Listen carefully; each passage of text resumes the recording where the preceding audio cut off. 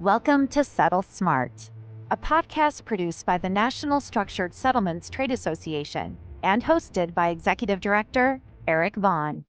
Our podcasts are an educational resource about structured settlements for people who have settled a personal injury lawsuit to help them understand their best options for financial security. This can include you or a loved one who is injured in an automobile accident, injured on the job, or suffered from any number of injuries. We are here to help. We believe your injury settlement is your money, so keep it safe. Now, here's your host, Eric Vaughn. Kerri, it's great to see you and be with you here today. You've been the new NSSTA president for a month, and it seems like it's been a year already. It's been so much going on. What are your thoughts about your first month as president? Is it what you expected? Is it more than you expected? Are you screaming, yelling for the exits? What are your general thoughts and appreciation for being the new president of NSSTA for the past month? Well, thank you for having me here today as well. I appreciate always whenever you want to sit down and chat. I actually hadn't even realized it's been a month yet. The time has definitely flown by in some ways, and it has been a fairly easy transition. I'm moving from president-elect into being the president. But in other ways, there's definitely a lot of things on the horizon that I'm realizing time management is going to be my friend. So first month under my belt, I'm feeling pretty good, and I'm excited to see what the next 11 months holds. And you have your very first board meeting coming up in Philadelphia. And I look back at this, we have never hosted a meeting in Philadelphia, which is shocking. But we're going to be in Philadelphia on June 10th and 11th. We've got quite a busy agenda. What's your goal and objective for your first board meeting? And I want to be serious about just to get through the agenda, or do you have something you really want to get the board's focused attention on? Yeah, I'm excited to be in Philadelphia too. I'm really excited that Cozen O'Connor has opened up their office to us so that we can have a chance to see a little bit more of our association's council and see what their offices are. So I'm really thankful for them. Yeah, I'm really just interested in sitting down with the rest of the board and getting a feel for running the meeting. I know it's a big job, and making sure that I'm keeping everyone on task as much as possible. We do have a really packed agenda. So I think that it's going to be a challenge for us to get through all of the topics that we need to cover, because there are a couple of larger things that we need to discuss as a board. We'll also be electing, as you know, our next president. So that's going to be a big part of what we're going to be talking about. It is a little bit intimidating stepping up to run a meeting, but I'm hoping that I can keep everybody focused. I'm sure you will. You made a commitment right out of the bat, board meetings and linking together the opportunity to have member forums. So we're going to be hosting a member forum in Philadelphia. Can you tell us your thoughts about the value, the impact, the importance of these member forums? Well, one of the things that I really want to focus on during the next year, the year of my presidency, is really getting back in front of our members and listening to what people and what our membership want and need from us. There have been a lot of changes, and we keep talking about all the changes that have happened. And, the reality is, yes, we've had some really big changes over the past 2, 3, 4 years, starting with the pandemic and some other things that have happened. And it just seems that every year there's something new. There is another big change.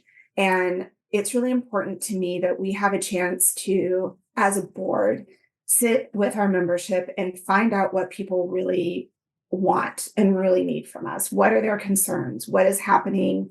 Kind of boots on the ground. The board, we're made up of a pretty diverse group of people, but we are only a small portion of the industry. So getting in front of people is really important to me. So because of that, one of the things that I wanted to do with each board meeting this year was to have it in conjunction with a member forum. I know that we have our annual meeting, which I hope everybody is able to join us next year in New Orleans. But at the same time, I also recognize that sometimes it can be difficult for people to take 2 or 3 days out of the office. So by doing the member forums, it's a 2-hour lunch, come have lunch with us. We can sit and chat. It gives members an opportunity to not only hear what the board is working on, but to also tell us what on their mind as well. But also, I think the other thing that it's really good for is to be able to talk to others, the networking and, talking to your colleagues and maybe people from other firms that you don't get a chance to chat with very often, or maybe you only see each other on a Zoom mediation while one of you is, working one or more sides of the case. So it's a good chance to get in front of people. So I really wanted to make sure that we incorporated that this year. It's a great innovation. It really is that we've had several of these forums, and all of them have been successful one way or another. But you just made it a perfectly terrific case for why our members should be coming. One, they're getting an insider view of what's happening with the board of directors. The board can directly respond to questions about goals and objectives, but most importantly, bringing our members together so they can talk and maybe in some cases meet each other for the first time in a long time, face to face. So we're looking forward to that as well. We had like 2 hours scheduled for lunch and chatting, and we were practically having to pull people out of the meeting rooms when we were finished. And I think that that's a huge testament to how these forums are impactful. Even if you do come to the annual meeting, which is fantastic, it's still a lot of people. And so I know it's sometimes hard to actually spend any kind of quality time with one or two people that you may want to see. And so I think these member forums being on a smaller scale, more regional, we're holding them in all major cities. They're easy to get to. I really think it's going to be a good way for our members to interact with one another. That's great. Let me ask you a question, and maybe you can expand on it a little bit yourself. We've been, as an industry and association, working on PTSD cases, meaning trying to find a way to encourage the Treasury Department, the IRS, to allow a PTSD case that's settled. There's resources involved, but settled tax-free and utilizing structured settlements. We've made some really good progress, but this past week, we've made a massively important step in the direction of accomplishing a big goal and objective for the industry. Can you talk about that a little bit?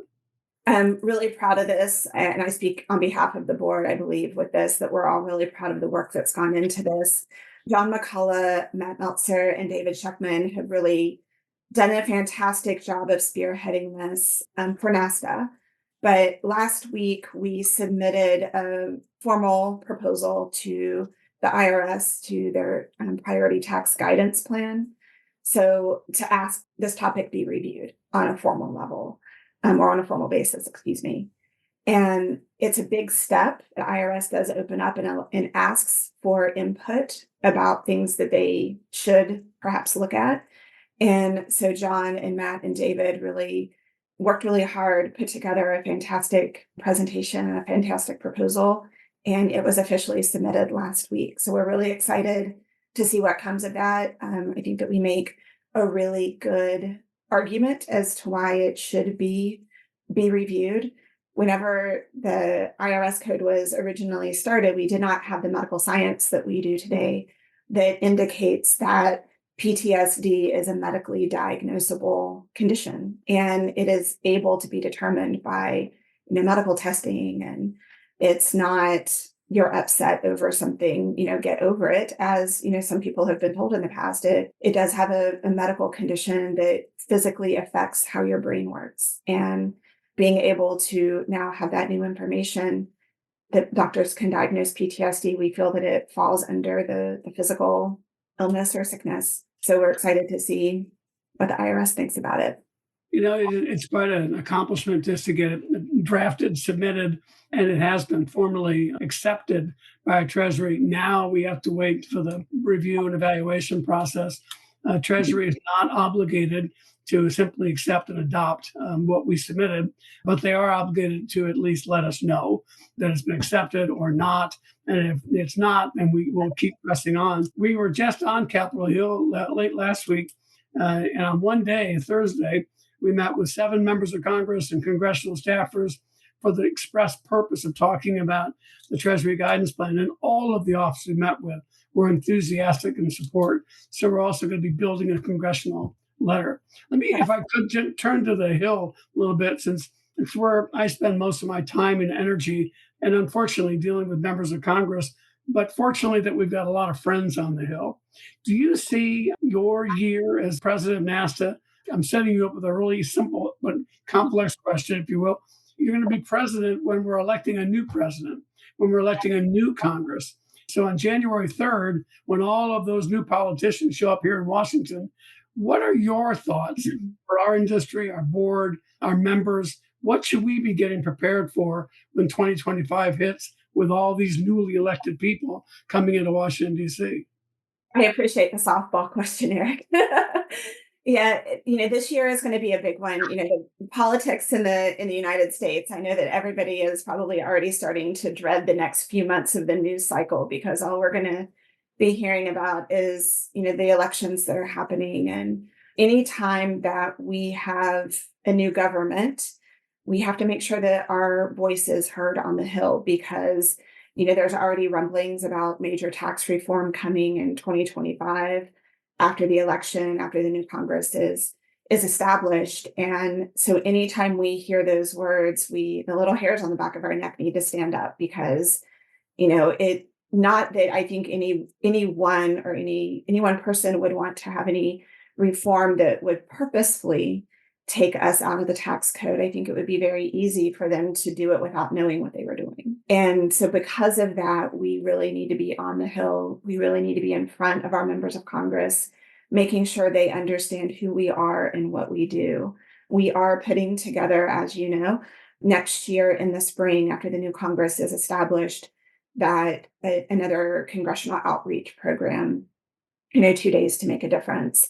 The last one we did was extremely successful. And you'll remember this better than I. It was 34, 36 meetings. 36, yeah, 36.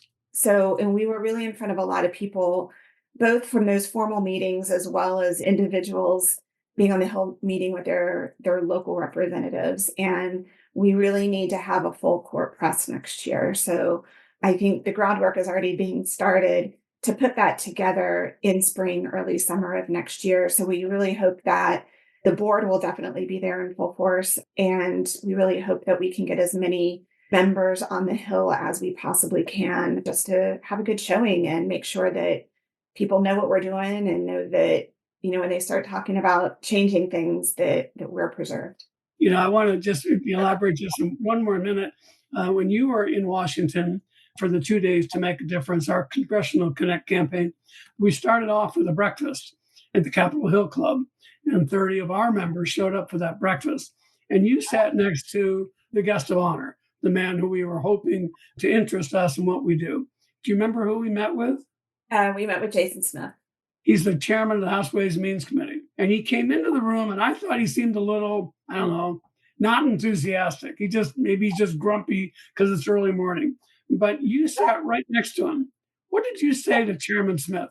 So one of the things that Chairman Smith was doing during his tenure was, and I'm going to butcher what they were called exactly, but almost what we're doing with our member forums. So he was taking the committee kind of on the road and meeting with constituents in different parts of the country.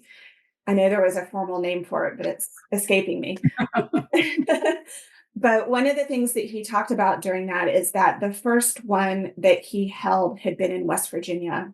And so whenever I can't remember how I was called on or how it came up, but as you know, but many people may not, I'm originally from West Virginia. And I just made a comment that I was really happy that he had chosen West Virginia as a place to have this town hall of sorts, just because that state is often overlooked. And it seemed that given his upbringing in a more rural area as well, that he was really trying to get back to parts of the country that, aren't the New Yorks and the LAs and the Chicagos and the Kansas Cities and, the Nashvilles, these larger metropolitan areas, that he was getting back to kind of smaller parts of the country. So I made that connection to him. So, and I'll let you finish the story because you tell it better than I do. Well, you made that connection I'm from West Virginia. You made another connection, and you brought structured settlements into his world very clearly when you started talking about workers' compensation claims. Yeah. Literally, I think a spark went off He looked at you, you settle workers' compensation claims. As a question, he said to you, now he's getting it. Oh my goodness, now I know what you do. You're helping injured workers take income replacement and protect that income. I get it. So it was a great exchange. I'm going to keep one more question I have, which really is I want you to promote all of our committees. Our committees are the backbone of the association, and they're all fabulous. But one of your very first assignments as president of NASTA, you've got to assign board members to be committee liaisons. What's a committee liaison from the board is supposed to do, and what do you expect them to do in your first board meeting when we all get together in Philadelphia? Yeah, that's a good question. That was actually one of the things that I was a bit surprised at when I joined the board. I didn't realize that we had that sort of liaison relationship quite as much. So each board member is assigned one. Some of them have two committees for which they are a liaison. And that just means that, they're listening and attending the individual committee meetings and taking notes and then getting that information back to the board. So at each of our board meetings, they'll be responsible for reporting on what their committee is up to, any additional things that might need board support or board input. They'll be the ones that kind of relay that information back and forth. So, for instance, whenever we're looking at a few new marketing pieces that we're putting together from NASTA that our members can use, and so we'll be the liaison to the marketing committee will be the one to, submit those final drafts and talk through things. Last year when we were doing CSSE, MSSE, Henry Strong, who is the committee liaison at that time, he was doing a lot of work because there was a lot of stuff that needed the board's approval on so that we can move forward with University of Texas. So yeah, our liaisons are definitely the relayers of all of the information that's happening on the committee level. Can we close this interview with a real general question and see if you want to share with us a couple of goals, objectives you have as NASTA president for the next year? I'm sorry, the next 11 months. Yes. And they're going by quickly, so you got to move. Hey, I have that 1 month under my belt. Give me credit for it. Yeah, as I mentioned earlier, my main goal this year was to get back in front of our membership and really make sure that the board has a handle on what people want and what their concerns are and what ideas that people have. We would love to have any suggestions for things that we can do differently, things that we can do better, or something just out of left field of, hey, have we ever thought about this? Have we ever thought about this type of claim? So that was really my main objective this year, was just listening and having curiosity and making sure that we do have our finger on the pulse, so to speak, of really what's going on. Again, and also the congressional connection next year is a really big focus too. Hopefully it's scheduled during my tenure, but if it's not, it'll be right after. But I really do feel strongly about making sure that people in Washington know what we're doing and know that we do good work and that we need to be protected. Well, great. I really enjoyed this interview, and I hope all of our members take the opportunity to tune in to this because they'll find it in NASTA News. And I'm looking forward to seeing you in Philadelphia on June 10th and 11th. Yeah, thank you. And thank you for taking time this morning. See you in Philadelphia.